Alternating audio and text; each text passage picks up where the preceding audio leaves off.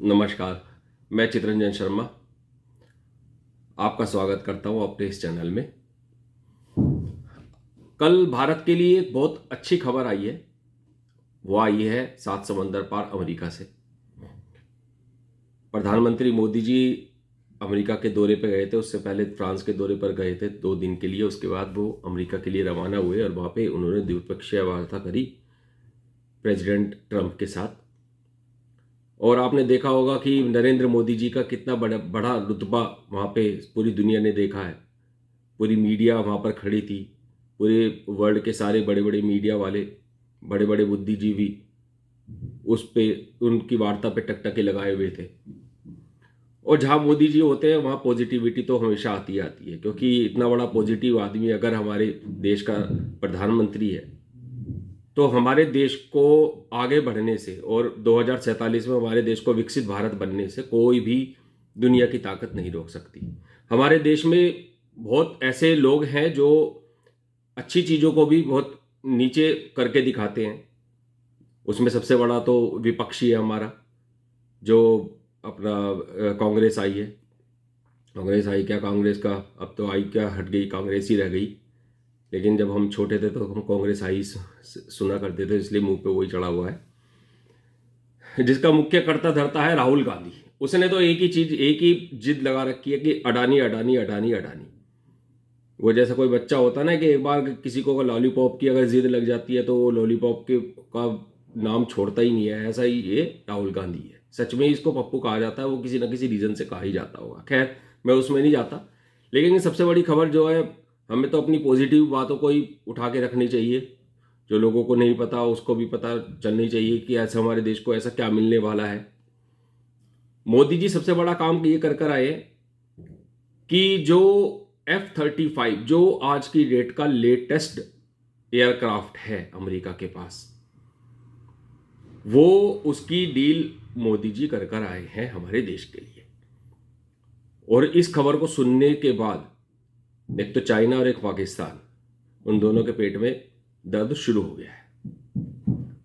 अब सबसे बड़ी बात है कि इस F-35 की जो खास बातें हैं वो आज मैं आपके सामने मेन रख लेता हूँ, क्योंकि मैंने भी इस पर काफ़ी रिसर्च किया है कि ऐसा इसमें क्या क्या चीज़ है जो इसको सब एयरक्राफ्ट से अलग बनाती है। सबसे पहली बात तो इसके अंदर है हाईटेक सेंसर। ये हाईटेक सेंसर से लैस होता है और sensor future radar, electro optical और इंफ्रारेड सेंसर समेत कई तरह के डेटा तेजी से इकट्ठा करके पायलट तक पहुंचा देता है, जिससे पायलट अलर्ट हो जाता है।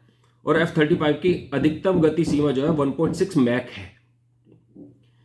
इसी वजह से एक छोटा सा मेन कारण है जिसको जो ये इसको गेम चेंजर बताया जाता है।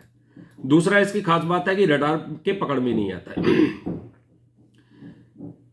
इसको अमेरिका का F-35 जो लाइटनिंग 2 लड़ाकू विमान की जो खासियत के लिए जाना जाता है, इसे दुनिया का सबसे ताकतवर लड़ाकू विमान बनाती है। इसे लॉकहीड मार्टिन ने तैयार किया है और सबसे अधिक तैनाती वाला 5वीं पीढ़ी का एडवांस स्टीलथ तकनीक वाला लड़ाकू विमान है ये। छोटी और मध्यम दूरी की मिसाइल से लैस इस विमान की खासियत यह है कि दुश्मन का रडार भी इसे पकड़ नहीं पाता है। तीसरी बात है जी इसकी वर्टिकल लैंडिंग में भी माहिर है। दुनिया में सबसे ताकतवर लड़ाकू विमान में शामिल F-35 की 3 कैटेगरी है। पहली कैटेगरी, पहला विमान F-35A सामान्य लड़ाकू विमान की तरह लैंडिंग और टेक ऑफ करता है। दूसरी कैटेगरी है F-35B, वर्टिकल लैंडिंग के साथ शॉर्ट टेक ऑफ की क्षमता रखता है। वही तीसरी कैटेगरी है इसकी F-35 की C, विमान एयरक्राफ्ट कैरियर से भी उड़ान भरने की क्षमता ये रखता है। ये इसकी जो सबसे बड़ी खूबी है, इन 3 चीज मैंने आपको बताई है। इन 3 बातों से ही ये सबसे अलग एयरक्राफ्ट हमारे देश को मिलने जा रहा है। और ये जो है 5वीं पीढ़ी का लड़ाकू विमान है। और इसके लिए मैं नरेंद्र मोदी जी को खास तौर पे बहुत बहुत शुभकामनाएं और बहुत बहुत धन्यवाद देना चाहता हूं कि इन्होंने हमारे देश की जो सैन्य क्षमता है उसको और डबल कर दिया है इस विमान के लाने से। एक इस लड़ाकू विमान की जो खूबी है वो है कि ये सुपरसोनिक स्पीड से भी उड़ता है।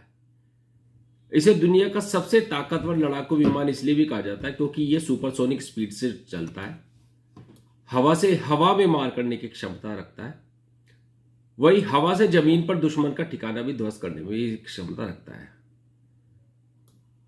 और इसका सबसे जो खूबी है वो ये है कि ये अपना कुछ ही सेकंडों में एक स्थान से दूसरे स्थान पे इसको पहुंचने की क्षमता है।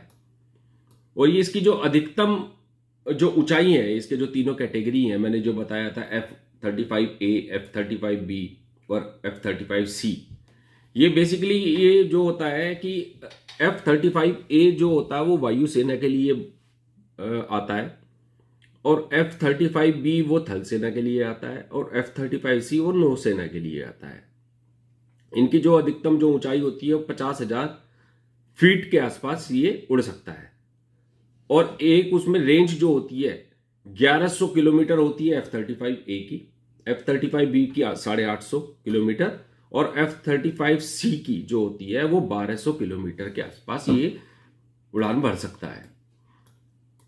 ये भारत जब ये एयरक्राफ्ट ले लेगा तो ये दुनिया के चुनिंदा देशों में शामिल हो जाएगा। आज की डेट में ये सिर्फ 3 देशों के पास है, एक तो वो अमेरिका है, एक वो रशिया है, एक वो चाइना है। चाइना के पेट में दर्द इसी वजह से हो रहा है क्योंकि ये उसके जो पड़ोसी मुल्क है वो कोई भी इतना ताकतवर नहीं है जो उसके क्षमता के अनुसार उसको टक्कर दे सके। लेकिन अब भारत जो है धीरे धीरे, जब से नरेंद्र मोदी जी के हाथ में हमारी सत्ता आई है, देश की चाबी आई है, तब से हमारा देश जो है उसको कम भी आका नहीं जा सकता। नरेंद्र मोदी जी ने हमारे देश को इतना आगे बढ़ा दिया है कि वो पीछे मुड़ के देखने का तो सवाल ही पैदा नहीं होता। आप लोगों के अंदर जो देशभक्ति की भावना उन्होंने जगाई है, लोगों के अंदर जो अपने धर्म को लेकर जो उन्होंने बातें अंदर से लोगों के अंदर आने लगी है। मैं खुद देखता हूँ बाहर निकल के, आज की डेट में मतलब जो पहले अपने आप को हिंदू कहने से डरते थे, वो आज की डेट में वो खूब बढ़ चढ़ के कहते हैं कि हाँ मैं हिंदू हूँ।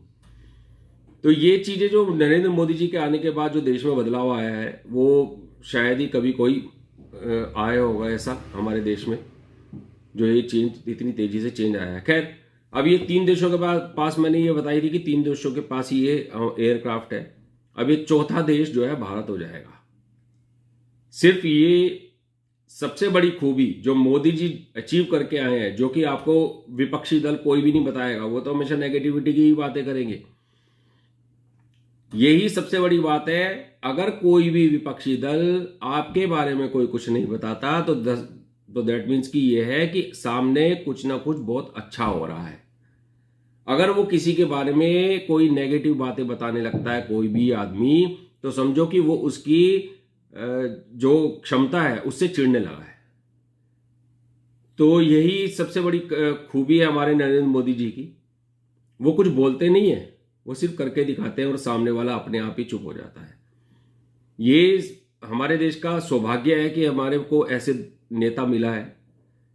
ये सालों में एक बार आते हैं ऐसे नेता, और अभी हम ऐसे नेता की जब कोई शासन पे होता है या कोई भी होता है तो हम उसको उस टाइम जज नहीं कर सकते।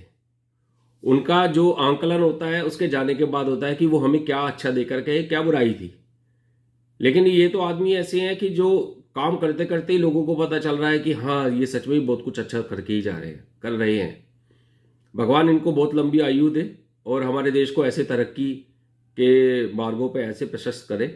इसी कामना के साथ धन्यवाद।